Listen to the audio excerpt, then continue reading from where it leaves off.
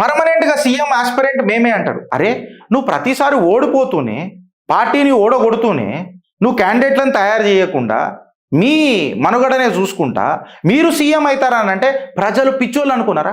42% ఉన్న ముస్లిం పాపులేషన్ నిజామాబాద్లో గెలిచే, కానీ 37% ఉన్న జూబ్లీ హిల్స్లో మనం హిందువుల పార్టీ అని చెప్పి మాట్లాడుతున్నాం కదా. మళ్ళీ ఆ హిందుత్వ కార్డ్ రాజాసింగ్ అన్న పోంగనే డైల్యూట్ అయిందా?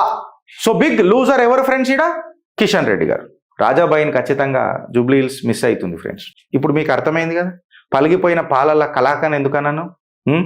అది ఇప్పుడు ఖరాబ్ అయిన కలాకన్. అది ఎన్ని రోజులు చేయకూడతారన్న ఒక మాట. నేను ఇది మిమ్మల్ని విమర్శిస్తలే, నా కుటుంబాన్ని కాపాడుకునే ప్రయత్నం లాస్ట్కి చేస్తున్నా. ఇంకొకసారి నాకు ఇష్టము కష్టము నచ్చినా నచ్చకపోయినా ఉన్నాం కదా, నిలబడ్డాం కదా.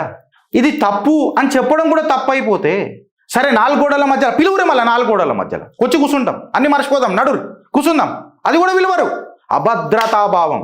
నేను అందుకనే ఏమన్నా ఇవాళ మీరు ఏం మాట్లాడినా ఫ్రెండ్స్, మోతబరి మొలతాడు కన్నీళ్ళ ఖరాబైన కలాకన్, కన్నీళ్ళ కార్యకర్తల కన్నీళ్లతో ఖరాబైన కలాకన్ పనికి రాదు.